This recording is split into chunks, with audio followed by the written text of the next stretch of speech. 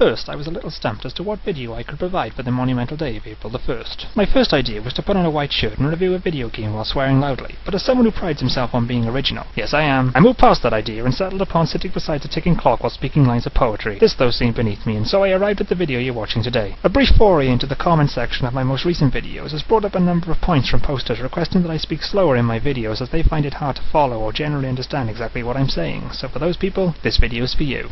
Why I like Kate from... oh, bollocks, I can't do this. Why I like Kate from Lost. Lost was one of those genre-defying shows that comes along once a generation and takes over the imaginations of its fans to such a degree that you can't do anything but sleep through the night and when awake fantasize about living on an island while being chased by a pillar of black smoke who is actually a copy of the nameless brother of the island's deity who is looking for a replacement because he's grown old and tired in his role as giver of eternal life, weaver of tapestries and eater of fish, and so searches out a potential replacement by hatching an ingenious plan to interfere in the lives of people whose names he's written in a cave and in a lighthouse in an attempt to get them to the island so they can be killed off one by one, whereas the remaining person who takes the job can save the world and then pass it off to the fat one and then die with the dog. Jesus, and I thought the application process for that guy with the glasses was steep. In bringing these lovable rogues to the island, you have the Jack of the group, because every American show these days needs to have a Jack, then the fat one, the Asian ones, the British one playing the Iraqi one, the one who's nice but pretends he isn't, the Hobbit, the Butcher, the Greengrocer, and then a bunch of others who will surely die before the first episode's even finished. What made Lost stand out from the masses wasn't its amazing story, interesting characters, or gripping mystery. Oh no. The reason Lost stood out was for one person and for one person only, and that person was Kate Austen, played by Evangeline Lilly. Kate Austen is one of those characters that comes along once a century and that defines a genre and truly gives women of all ages a role model and a pillar to reach for. The role won her a multitude of awards and an adoring fan base, which even today calls for the spin-off which would detail her adventures off the island where she goes around with two other women fighting crime while working for a man called Jacob. Kate entered the show early in episode 1 and from that point on was the focal point as we saw her grow from a manipulative murderer, a liar and a fugitive into... through 6 seasons we watched as she bravely led 2 men on, raised a baby that wasn't hers, and then imagined an afterlife for herself in which she was a manipulative murderer, a liar and a fugitive.